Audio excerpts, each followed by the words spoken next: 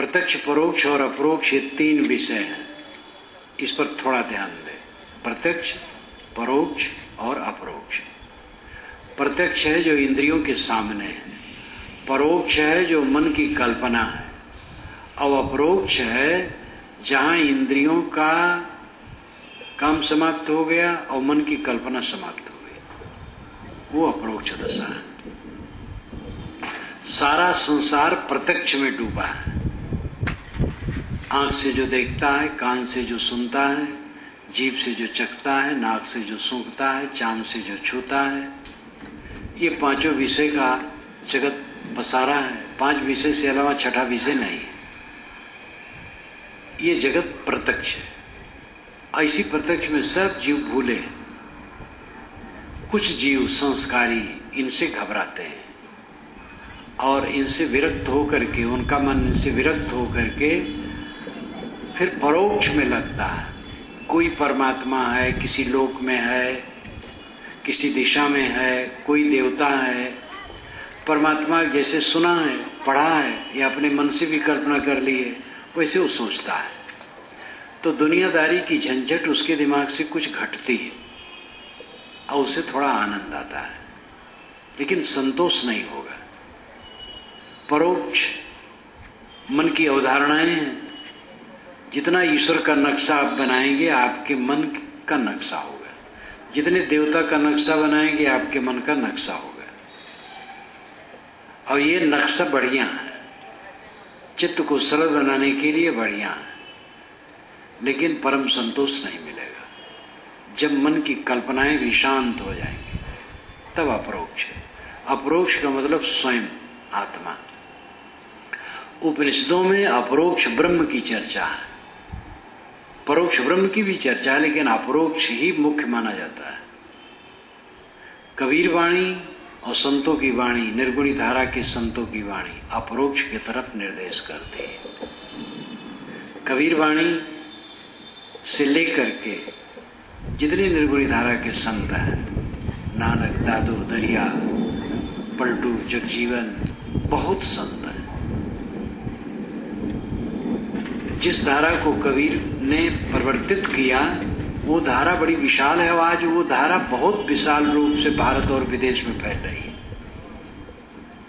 और ये धारा अपने ढंग से उपनिषद ही है। उपनिषद एक रूढ़ शब्द है, शास्त्रों का विषय है, लेकिन वास्तव में अपने निकट बैठना उपनिषद है। गुरु के निकट बैठना पहले उपनिषद है, फिर अपने निकट बैठना, उपनाम निकट, निषद बैठना, उपनिषद। गुरु के निकट बैठ करके बोध प्राप्त करना, फिर अपने निकट बैठना, अपने आत्मा में लौट आना, ये उपनिषद है। और सूफी संतों ने इसको दोहराया है। और दुनिया के अन्य क्षेत्रों में भी जहां बाह्य ईश्वर की बड़ी प्रार्थना है, वहां भी इसका आदर है।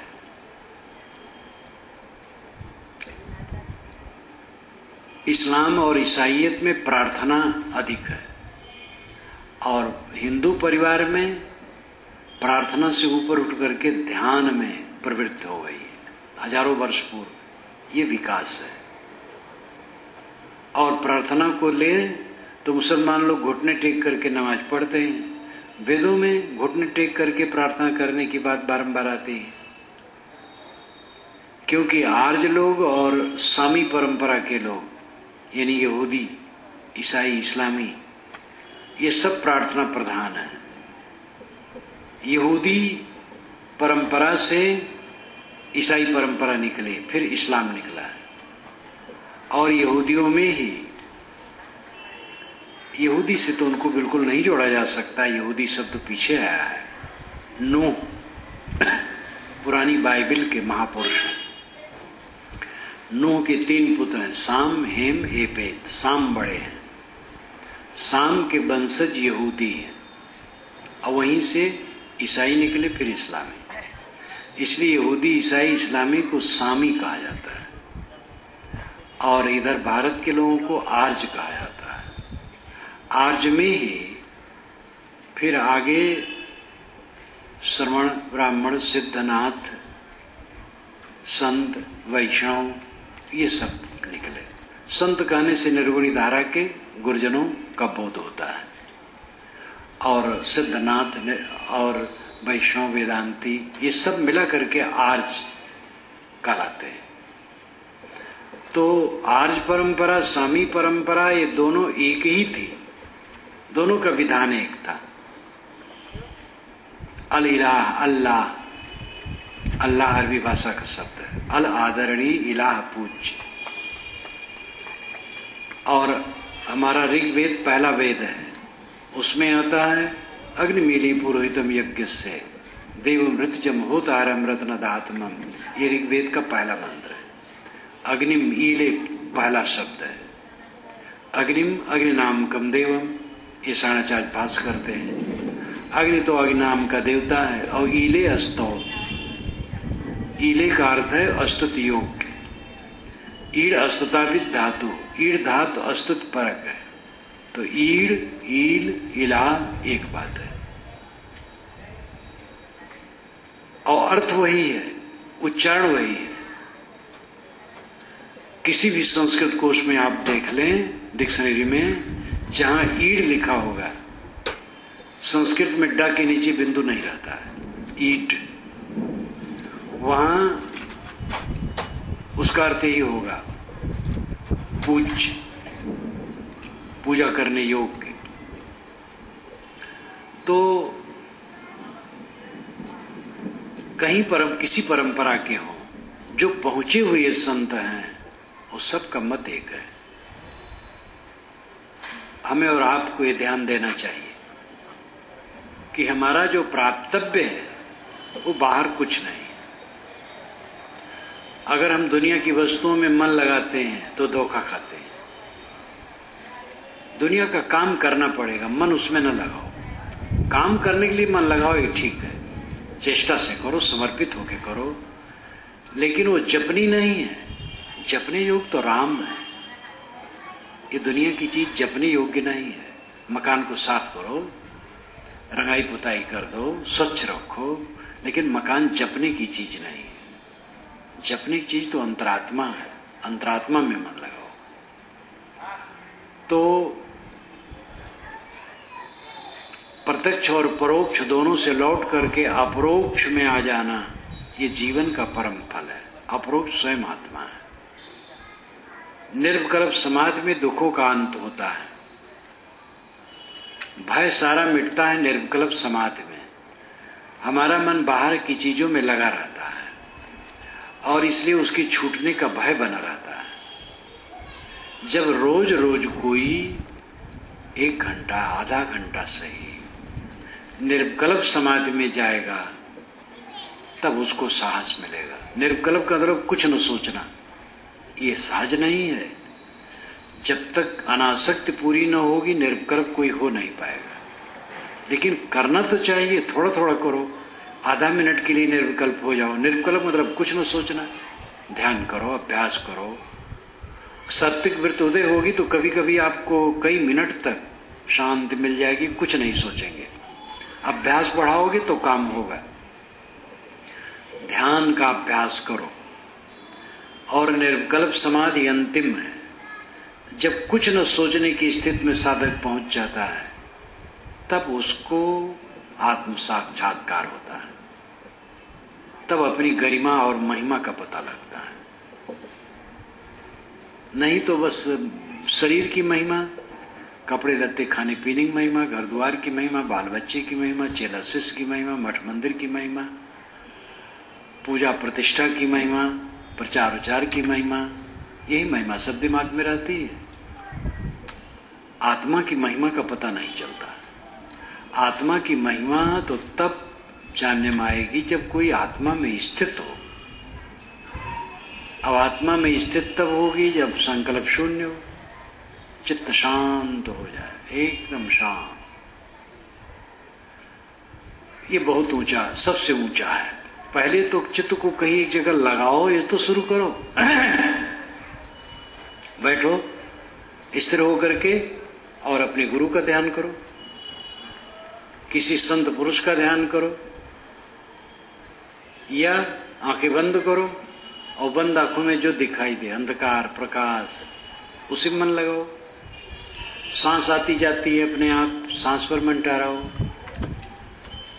एक बिंदु की कल्पना कहीं कर लो शरीर में, उसी पर मन ठहराओ। कहीं लगाओ, इकट्ठा होने की आदत तो बनाओ। भटक रहा है मन, कहीं एक जगह शुद्ध आधार में ठहराने की चेष्टा करो। ठहराते ठहराते जब ऐसी शक्ति आ जाएगी कि निराधार वो ठहर सकेगा, तब निर्विकल्प समाधि लगेगी। संकल्प शून्य अवस्था, कुछ न सोचना। जब हम गाढ़ी नींद में जाते हैं तो कुछ नहीं सोचते, तब गाढ़ी नींद में जाते हैं। जब तक आप सोचेंगे नींद नहीं आएगी। सोचना घटेगा, नींद आना शुरू होगा, और एकदम सोचना खत्म हो गया, बस नींद आ गई। मृत्यु के समय यही होगी, भूलने लगेगा सब, भूलते भूलते भूल जाएगा, बस मृत्यु। सब का अंत हो जाता है, विस्मृत में सब का अंत हो जाता है। और विस्मृत होना है, जिनकी हम स्मृत में रात दिन पचते हैं, सदा के लिए विस्मृत के गर्त में डूब जाना उन्हें, आवाज कल में हो जाना है। ज्यों कोरी रेजा बुने नीरा आवे छोर, ऐसा लेखा काल का दौर सके तो दौर। कबीर साहब कहते जुलाहा थान बुनता है और एक एक सूत भरनी का दाएं से बाएं, बाएं से दाएं फेंकता है, और एक एक सूत डालते डालते नीरा आवे छोर, छोर निकट आता जाता है, और थान 30-30, 40-40 गज का थान बुन जाता है। ऐसे लेखा काल का लेखा ऐसे है। एक एक सेकंड बीतते बीतते बस मृत्यु का समय खटते आ जाएगा, और उस समय फिर कुछ नहीं कर मिलेगा। इसलिए जब तक शरीर जीर्ण नहीं हुआ है, जब तक इंद्रियां सबल हैं, और जब तक शरीर में चेतना है, जागृति, सावधानी है, आयु अभी है, तभी तक अपना काम किया जा सकता है। आदमी बदहवासी में जीता है। साधना में मन लगाओ, अपने में अपने को समेटने के लिए आदत बनाओ। उसके समान दुनिया में कोई सुख नहीं है। उसके समान क्या, उसका एक अंश भी सुख कहीं नहीं। दुनिया का सुख स्थिर सुख नहीं देता है, और उससे दुख भी नहीं दूर होता है। और जो समाधि का सुख है, अंतर्मुक्ता का सुख है, आत्मसंतोष का सुख है, वो सुख स्थिर है, और उससे दुखों का अंत होता है। काम भोग जो सबसे बड़ा सुख माना है, वो स्थिर नहीं। एक खुजलाहट, एक उद्वेग क्षणिक, फिर दुख, और उद्वेग भी दुख है, तो दुख उससे तो मिटता नहीं, और सुख भी क्षणिक कल्पा हुआ। खाने की चीज कुछ खा रहे हो, बहुत स्वादिली चीज है, कुछ मिनट, और प्रलोभन में पड़ जाओ, ज्यादा खा लो, फिर दुख दुख शुरू। दुनिया का कोई सुख स्थिर नहीं, और क्षणिक है, और उससे दुख मिटता नहीं, किंतु दुख बढ़ता है। आत्मसंतोष का सुख स्थिर है, और उससे दुख मिटता है। समाधि समाधि है। जब विचार निर्मल हो जाते हैं तो हर समय समाधि। जिसका मन दौड़ता नहीं है, विचारवान है, निर्मल है, लेटे बैठे सब समय मन में शांति है, संतोष है, ये जीवन की परम उपलब्धि है। चित्त का भटकना बंद हो जाना। एक अफसर मिलने आए, अभी वर्षा की बात है, मैं इलाहाबाद में था। आए, बैठे, जरा मोटा शरीर, थप दे बैठ गए। कहे महाराज भटक रहा। फिर मैं कुछ कहा। भटकने मतलब नहीं कि चलना फिरना तो ठीक है, चलो फिरो। भटकने मतलब है मन की तृष्णा में परेशान रहना, चैन न रहना, दिमागी कसरत करते रहना बिला वजह। ये भटकना बंद होना चाहिए चित्त का। ये काम सब दिल लगा करके करो। और ये तब सफल होगा जब रोज रोज अकेले में बैठोगे।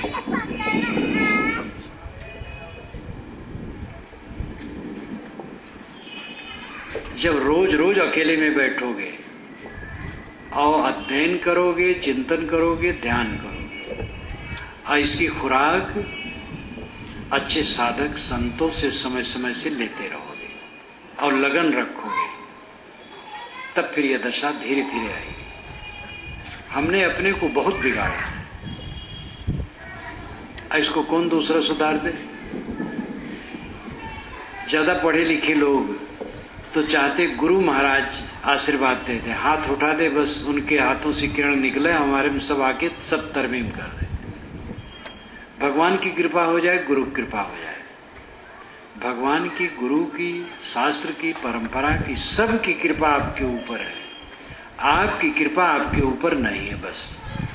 इसलिए कोई कृपा सफल नहीं है। अपनी कृपा जब तक अपने ऊपर न होगी, कोई कृपा सफल नहीं होगी।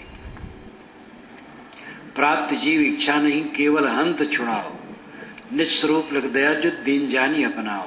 ये पंचग्रंथी में रामराज साहब ने कहा। जीव को कुछ प्राप्त करने की इच्छा नहीं करनी, केवल अहंकार छुड़ाना है। अहंकार सब छूट गया तो स्वयं प्राप्त है जो प्राप्त करना है।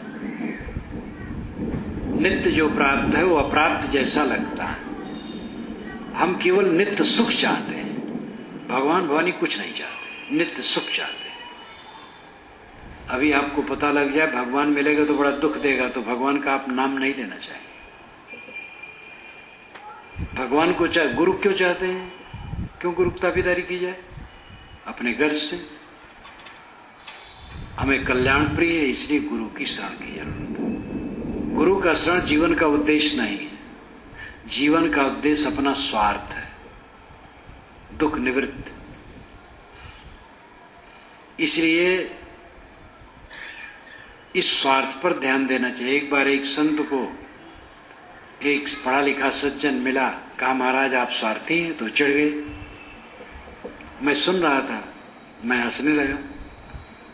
तो फिर वो कहा महाराज आप स्वार्थी हैं, साहब आप स्वार्थी हैं। तो कहे बड़े आदमी, बेकार आदमी हो तुम, कैसे सकाते? और मुझे तो आनंद आ रहा था। मैंने कहा बेटा मैं तो महास्वार्थी हूं। तो वो हंसने लगे, तो वो भी समझ गए। स्वार्थ स्वार्थ, स्व का अर्थ आत्मा का प्रयोजन, दुख की निवृत्ति, वो परम स्वार्थ है।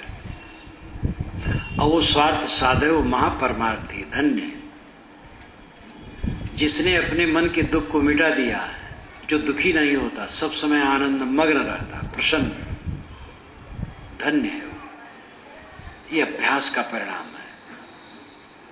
पैसा कौड़ी उस दुनिया की चीजों से होने वाला नहीं। समझो, अपनी तरफ लौटो, अपने को देखो, निरंतर अपने को देखो। आजकल में ये दीपक बुझ जाएगा, फिर प्रकाश नहीं मिलेगा काम करने के लिए। अचानक ये दिया गुल होगा और कोई बुलहिजा मृत्यु का नहीं होगा। चाहे कोई धनी हो, निर्धन हो, पूज्य हो, अपूज्य हो, किसी के लिए कोई मुलहिजा नहीं होगा। अचानक आ जाएगा और अचानक सब खो जाएगा। इसलिए इस अवसर को बिताना नहीं चाहिए, व्यर्थ में खोना नहीं चाहिए। दिमाग में अगर और बातें हैं तो उनको सब निकाल देना चाहिए। अच्छे पढ़े लिखे लोग जादू टोना, जंतर मंतर, भूत प्रेत, ज्योतिष, गणित ज्योतिष तो ठीक है, जिसके आधार पर चंद्र सूर्य ग्रहण इत्यादि बताते हैं। फलित ज्योतिष बकवास। भाग्य बताने लोग आते हैं, अपना भाग्य जानते नहीं, दूसरे भाग्य बताते हैं। वास्तु विज्ञान का प्रपंच आजकल इतना बढ़ गया है कि कितनों किसी कमाई चल रही है। आपका बढ़िया मकान है, एक तो मिले पंडित, कहे महाराज एक ईंटा नहीं तोड़ना है, केवल कील कर देना है। मैंने कहा कील आप क्या करते हैं? कहे महाराज तो पूजा होती है। मैंने कहा खर्च, कहे खर्चीला है। और वो देखते हैं मुंह, मकान वाले के मुंह देखते हैं कि कितना खर्च कर सकता है। तो 3-3, 4-4 लाख भी खर्च हो जाता है। अब करोड़ों का मकान बना है तो पहुंचे, ये अशुभ है, ये अशुभ है, अब आपको शांति नहीं मिलेगी, सफलता नहीं होगी जब तक ऐसा न करेंगे। वास्तु विज्ञानी लोग तो तोड़ फोड़ करवाते और लाखों रुपए का उसमें नुकसान करवाते हैं और सब बिगाड़ते हैं। उन्होंने कहा इस सब मैं कुछ नहीं करता हूं, एक ईंटा नहीं तोड़वाता हूं, कील कर देता हूं, तो पूजा है और उसमें ऐंठते हैं पैसा। एक पंडित जी की लड़की संपन्न घराने में गई और 3-4 वर्ष हो गए, बच्चे नहीं हो रहे थे। तो एक पहुंच गए महापुरुष, उन्होंने बताया कि बहू के जेवरों पर किसी ने कुछ कर दिया और पूजा करके जब तक उसका निवारण नहीं होगा तब तक ये गर्भवती नहीं होगी। और वो बड़ा प्रोग्राम से कहते हैं, वो आपके मन में बैठ जाए। तो आपके घर में पूजा करना, वो सब आपके यहां चीज रहेगी, उससे हमसे कुछ लेना देना नहीं है। और दिन रखा गया उनके कमरे के अंदर में, खूब चौका पूरा गया। 15 अदद सोने का आभूषण था, तो 15 जगह रखा गया, उसकी पूजा हुई बड़े विधि विधान से। फिर कहा अब आप लोग यहां से चले जाइए दूसरे कमरे में, मैं बुलाऊंगा तब आइएगा, आप लोग रहेंगे तो सिद्ध नहीं होगा। सबको हटा दिए और सारा सोना बटोर करके अपने झोले में रख लिए और एक पोटली बांधे, उसमें नारियल, कुछ प्रसाद, कुछ ऊबड़ खाबड़ बांध करके उसकी भी पूजा किए। अब कहे देखो ये तुम्हारा सारा जीवन इसी में है और इतने समय के बाद इसको खोलना, अभी खोलोगे तो भाई सफल नहीं होगा। बस वो चले गए और चले गए तो ऐसा साधन रखते हैं कि जल्दी से वो लुप्त हो सके। फिर वो जब मन खड़बड़ाया कि वो तो चले गए, खोलना चाहिए खोलना चाहिए, अंत में खोले तो देखे 10-15 रुपए की चीज और करीब वो रहा होगा 10-15 लाख की चीज। और तो लेके चला गया, लड़का वड़का तो होना क्या है, वो होना होगा तो होगा। ये सब मक्कारों के चक्कर में कभी मत पड़िए, कोई का आपको कुछ दे नहीं सकता है। अनेक अंधविश्वासों में समाज डूबा है, यहां तक कि छल्ला मुदरिया लोग पहनते हैं, बीटी, बड़ा लाभ होता है। सोना धारण करो, चांदी धारण करो, ये नग धारण करो, वो नग धारण करो। इससे होता यही है कि हाथ में दुर्गंधी रहती है। छल्ला मुदरी पहनोगे वहां दुर्गंधी रहेगी, स्वच्छ नहीं रहेगा। ठंडे में ठंडाएगा, गर्मी में गर्माएगा, उंगली खराब होगी, कोई फायदा नहीं। लेकिन शिक्षितों में ही पहना जाता है।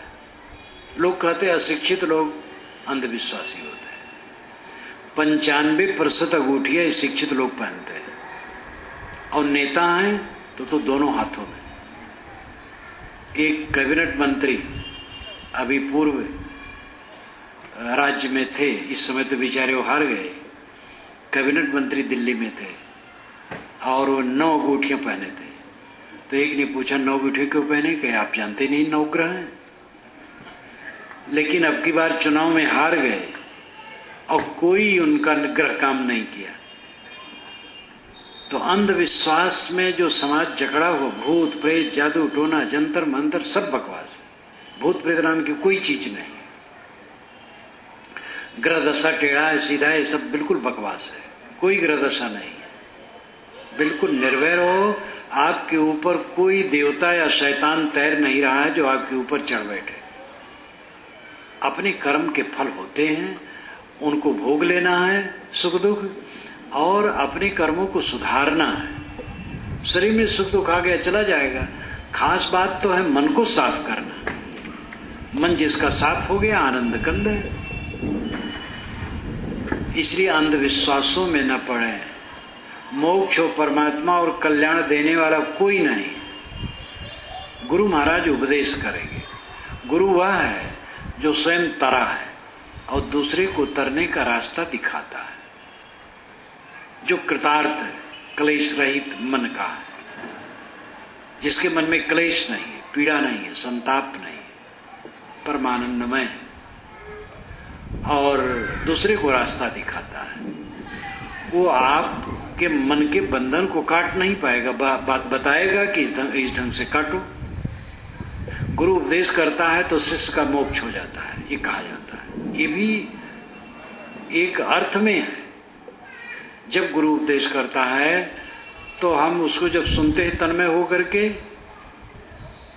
तो बाहरी चीजें हट जाती। मुझे याद है जब सन 50 होगा, गुरु जी के आश्रम पर आया, बढ़ारा आश्रम। तो गुरु जी बैठे थे चौकी पर, वो बताने लगे, आत्मज्ञान का विषय कहने लगे, और मैं एकदम तन्मय हो गया, सुन्न जैसा हो गया। तो कुछ समय में वो मुस्कुराए कि तुम तो सुन्न जैसे हो गए। मैं चुप रहा। उन्होंने जो कुछ कहा वो एकदम पान करता रहा। तो गुरु जब उपदेश करता है और शिष्य का चित्त में लग गया है तो तुरंत उसका मोक्ष हो गए, निस्संदेह मोक्ष हो गए। लेकिन जब वहां से उठेगा तो अंदर की खुराफात जो पहले वाली आएगी उसको काटना है। इसलिए गुरु के उपदेश से मोक्ष होता है, इसका लक्ष्य इतना है, अर्थ इतना है कि तत्काल उसे शांति संतोष मिल जाता है। लेकिन जन्म जन्म का रोग काटने के लिए अभ्यास करना पड़ेगा। सस्ते गुरु लोग बता देते नहीं, बस बेड़ा पार, नाम लो, बस नाम लेती, मंत्र ले लो उनसे। एक ने एक से कहा कि गुरु किए, कहीं यहाँ किए, कहीं ईश्वर के दर्शन कराए, कहीं नहीं कराए, कहीं हमारे गुरु के पास आ जाओ, तुरंत दर्शन करा देंगे। एकदम आनंद फानन में दर्शन कराते हैं गुरु का। तो ये सब जंजाल में नहीं पड़ना चाहिए। आपका बंधन आपको खुद काटना है, क्योंकि आपने बनाया है, आप ही काट सकते हैं। गुरु उपदेश करते हैं, उस उपदेश का आचरण करना पड़ेगा। और जीवन का परम सुख, परम निर्भयता निर्विकल्प समाधि में होगी, संकल्प शून्य अवस्था में होगी। उसी को साहब ने सहज समाधि कही है। मनमस्त हुआ फिर क्यों बोले, हीरा पायो गांठ गठिया बार बार वाह को क्यों खोले, हल्की थी तब चढ़ी तराजू पूर्व भया तब क्यों तोले, श्रुत कलारी भई मतवारी मदवा पी गई बिन तोले, हंसा पायो मान सरोवर ताल तलैया क्यों डोले, तेरा साहेब है घट भीतर बाहर नैना क्यों खोले, कहत कबीर सुनो भाई साधो साहेब मिल गए तिल ओले। जब लग दिल पर दिल नहीं तब लग सब सुख ना है। निर्विकल्प समाधि का भी फल है कि उठते बैठते चलते फिरते आत्मसंतुष्ट रहना। कोई समाधि में संतुष्ट हो गया और जब उठा वहां से तब बड़बड़ बड़बड़ करता है तो क्या संतुष्ट हुआ। समाधि का फल है व्यवहार में वो समाधि का ज्ञान विवेक में ढल जाए और खाते पीते हंसते बोलते चलते लेटे बैठे सब समय आत्मसंतुष्ट रहे। बैठे ठाड़े खड़ा उतान कहें कबीर हम एक समान, ये कहावत कही जाती है। कबीर साहब नाम लेकर के बहुत कहावतें बना ली गई। यहां तक कहा गया है कहें कबीर सुनो हो बच्चा जहां तहां लतियाए अच्छा। कबीर साहब कहते हैं बच्चा सुनो जहां तहां पीटने से अच्छा होता है। कबीर साहब ने ऐसा कभी नहीं कहा। तो बैठे ठाड़े खड़े उतान कहें कबीर हम एक समान, ये तो ठीक है। बैठे हो खड़े हो उतान हो लेटे हो एक समान। शय्या आसन अस्तोवत पथ व्रजन व स्वस्थ परछीण वितर्क जाला संसार भी इच्छे में क्षमाणा स्यात नित्य मुक्तो अमृत भोग भागे। ये बहुत पुराना मंत्र है। शय्या आसन अस्थो अथ, शय्या पर लेटा हो, आसन पर कुर्सी पर बैठा हो, पथवर्जन रास्ता में चलता हो, स्वस्थ स्वस्थ हो, अपने में संतुष्ट हो। स्वस्थ का अर्थ है स्व में स्थित, स्वनामात्मा अस्थना में स्थित, अपने आत्मा में संतुष्ट हो। शय्या आसन अस्थोत पथवर्जन व स्वस्थ परिक्षीण वितर्क जाल, वितर्क जाल परिक्षीण। वितर्क जाल है रिएक्शन, पत्नी के लिए, पति के लिए, पुत्र के लिए, भाई के लिए, पड़ोसी के लिए रिएक्शन रिएक्शन रिएक्शन। मनुष्य के मन में हरदम रिएक्शन, प्रतिक्रिया प्रतिक्रिया प्रतिक्रिया, झुंझलाहट, क्रोध, उद्वेग बना रहता है। परिक्षीण हुए, एकदम कट गई हो प्रतिक्रिया, शांत चित्त। परिक्षीण वितर्क जाला, संसार बीच मीक्षमाण, संसार बीज क्षयम ईक्षमाण। संसार बीज है मोह, संसार में भटकने का कारण है मोह। क्षयम ईक्षमाण, उसको क्षय की दृष्टि से देखते हुए। ईक्षण कहते हैं देखने को, ईक्षमाणा का अर्थ है देखते हुए। क्षयम ईक्षमाणा, मोह को जो संसार का बीज है उसको नष्ट करने की दृष्टि से देखते हुए जो रहता है, साथ नित्य मुक्तो अमृत भोग भागी। नित्य मुक्त अमृत भोग भागी, जो सैया पर लेटे हुए, आसन या कुर्सी पर बैठे हुए, रास्ता में चलते हुए स्वस्थ है, आत्मसंतुष्ट है, और चित्त का वितर्क जिसका शांत है, और मोह बीज को सदैव नष्ट करने की दृष्टि से देखता है, सावधान रहता, कहीं मोह न बने। सेवा करो, मोह न करो। बच्चों की सेवा करो, परिवार की सेवा करो, दूसरों की सेवा करो, मोह न करो। नित्य मुक्तो अमृत भोग भागी, वो नित्य मुक्त अमृत भोग का भागी है। मोक्ष कोई अदृश्य चीज नहीं है, मोक्ष तो अनुभव का विषय है। वही दिन, वही रात, वही देह, वही गर्दा गुब्बार, वही हल्ला गुल्ला, और वही राग द्वेष भरा संसार। उसी बीच में रह करके कुछ मुक्तात्मा अपना जीवन बिता जाते हैं, लोग उनको समझ नहीं पाते। अपने आप में कृतार्थ, सब समय आनंदमय। आज कल में ऐसा दिन आएगा जब से हम पूरे संसार को कभी नहीं जानेंगे, और ये बहुत जल्दी आने वाला है। इस बात पर ध्यान दें, अपने मन में संतोष करें। कोई काम करो, व्यवहार की उन्नति के काम करो, ठीक है, लेकिन उन्नति चित्त को शांत करना कोई उन्नति नहीं है क्या? सुख से रहना कोई उन्नति नहीं है? खाली कबाड़ बटोरना उन्नति है? सुख से रहना असली उन्नति है। ये कबाड़ भी उसी के लिए है। सब किसके लिए है?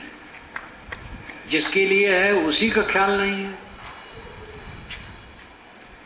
एक घर में आग लगी, बड़ी जल्दी जल्दी सब सारा धन बटोर लाए, अंदर से निकाल निकाल के बाहर फेंकते गए। एक बच्चा था छोटा सा, नन्हा, उसकी मां घर से बाहर निकल गई थी। गांव में अभी भी लोग घर से बाहर, स्त्रियां या पुरुष जाते हैं मैदान, टट्टी मैदान, तो बाहर निकल गई थी। वो दौड़ी आई, बच्चे के लिए किसी ख्याल नहीं, मां तो वहां थी नहीं। तो जब आई वो चिल्लाई तो सबको होश आया, तो सब माथा पीट लिए कि धन निकाला गया, धन के मालिक को नहीं निकाला गया। वही दशा है कि हम धन को तो बटोरते हैं लेकिन मालिक से संबंध नहीं करते। मालिक है खुद आत्मा, आप स्वयं अपने मालिक हैं। जागते सोते सपना देखते सब समय आप अपने आप रहते हैं। जागृत भर जगत प्रपंच को आप देखते हैं, आपके साक्षित्व में ही देखा जाता है। जब सपना देखते हैं तो आप ही देखते हैं, और गाढ़ी नींद में जाते तो आप ही रहते हो, जाग करके कहते मैं सुख से सोया। तीनों अवस्थाओं में आप अपने आप के साथ रहते हैं, लेकिन बोध नहीं है, इसलिए साथ रहते हुए वीराने बने। अपने का बोध करो, आत्मा का बोध करो, आत्मा की तरफ लौटो, आत्मा में रमो, आत्म संतुष्ट हो, आत्म तृप्त हो। कह नानक बिन आपा चीन्हे, मिटे न भ्रम की काई। आपा को, आत्मा को पहचाने बिना भ्रम की काई नहीं मिटेगी। कस्तूरी कुंडल वसे मृग ढूढ़ है वन माए, तैसे घट घट राम है दुनिया जानत ना है। हमारा आपका सबका परम प्राप्तव्य परमेश्वर परमात्मा परब्रह्म हमारा अंतरतम है। बृहदारण्यक उपनिषद में याज्ञवल्क्य ने कहा कि जो पुत्र से प्रेम करता है वो अंतरात्मा से मिलने में पर्दा करता है। जो धन से प्रेम करता है वो अंतरात्मा से मिलने में पर्दा करता है। तुम्हारे अंतरतम तुम्हारा अंतरात्मा है, उससे तुम पर्दा मत करो। सेवा करो, पुत्र की सेवा करो, परिवार की सेवा करो, सबकी सेवा करो, लेकिन आपके साथ तो आपका अस्तित्व है और अपने अस्तित्व को खोए हो और अपने अस्तित्व को दुख में डाले हो। सदैव दुखी दुखी दुखी दुखी। कबाड़ तो जरूर बटोर लिए हो लेकिन दुखी। मैं आप लोगों को उदाहरण देता रहता हूं। अयोध्या के पास एक बाजार में था, बहुत दिन की बात है, तो एक सेठ मिलने आए। तो हमारे भक्त ने कहा साहब ये सेठ हैं। तो मैंने कहा हाँ ये बड़े कबाड़ी होंगे। तो मुझे घूर के ताकने लगे। मैं कहा मैं ठीक कहता हूं, आपका बड़ा मकान होगा तो ईंटा पत्थर का कबाड़ ज्यादा होगा, आपके घर में फर्नीचर और बर्तन और कपड़े का कबाड़ ज्यादा होगा, आपके घर में नोट का भी कबाड़ ज्यादा होगा। जब कुल कहा तो सरल हो गए, कहे महाराज बिल्कुल ठीक कर ज्यादा कबाड़ है तो सेठ है, कम कबाड़ है तो सेठ नहीं है। शरीर कबाड़ और शरीर संबंधी सारी चीजें कबाड़। इस शरीर कबाड़ को चलाने के लिए कुछ कबाड़ की जरूरत है, लेकिन कबाड़ी न बने रहो। रतन का जतन करो, माड़ी का श्रृंगार, आया कबीरा फिर गया झूठा है अहंकार। रतन का जतन करो। रतन आपका अंतरतम आत्मा है, उसको जतन से रखो। आत्म शांति लो इसी जीवन में। माड़ी का श्रृंगार, सारा श्रृंगार माड़ी का है, चमक माड़ी का है। कपड़े पर माड़ी चढ़ा देते हैं, कपड़ा चिकना दिखता है, धो दिए खखरा हो गया। आया कबीरा फिर गया झूठा है अहंकार। साहब कहते बड़े बड़े आए और चले गए, अहंकार झूठा है, कोई रहने वाला नहीं। इसलिए जगो, व्यवहार मधुर रखो। जिन लोगों के बीच में आप रह रहे हैं उनसे मीठा बर्ताव करो, जिससे तनाव न रहे। आजकल में कभी कहीं कोई मरेगा, कहीं कोई मरेगा, किसके साथ कौन है। मरने के पहले भी बिछुड़ जाते हैं लोग। इसलिए सबसे प्रेम, सबसे हिल मिल करके रहना और अपने कल्याण के लिए ध्यान देना।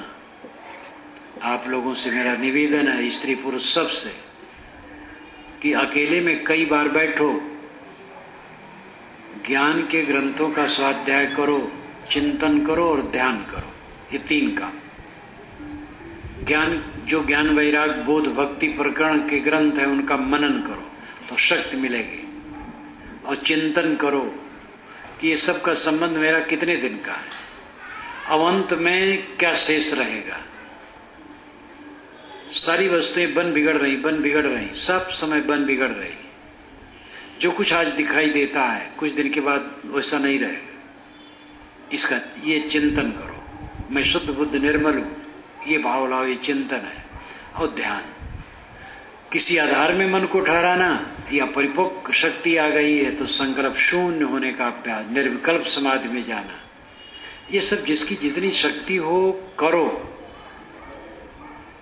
मैं जब पढ़ता था स्कूल में थोड़ा तो पढ़ा हूं, मैं ज्यादा पढ़ा वढ़ा नहीं हूं। तो एक बच्चा था मेरे साथ, वो मेहनती बहुत था लेकिन बुद्धि उसकी कुंद थी। तो लकड़ी की पाटी पर लिखा जाता था, खड़िया मिट्टी की शाही बना करके। तो लकड़ी की पाटी पर दोनों तरफ वो खूब बढ़िया बनावे, गोल गोल, अक्षर कुछ नहीं रहा। और मौलवी साहब को दिखावे, मौलवी साहब, बल्कि मौली साहब, हम लोग मौली साहब कहें, मौली साहब कि हाँ ठीक है, मौलवी साहब कहें ठीक है। मौलवी साहब विज्ञान जानते थे कि बच्चे को ठीक कहोगे धीरे धीरे वो करेगा। वही लड़का आगे पढ़ने लगा, तेज हो गया। पहले नकल करो फिर असल हो जाएगा। बैठना शुरू तो करो।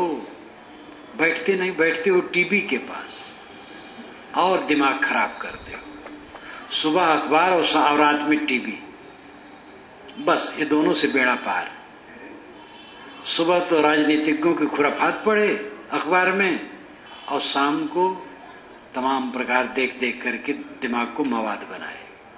समय निकालो, अखबार और टीवी से अपने को बचाओ, कम करो उसको, और ध्यान चिंतन में मन लगाओ। तब कमाई होगी, तब धीरे धीरे आध्यात्मिक शक्ति बढ़ेगी, रस लगेगा, फिर और उसमें लगेंगे। आपको धन्यवाद देते हुए मैं अपनी वाणी को विराम देता हूं।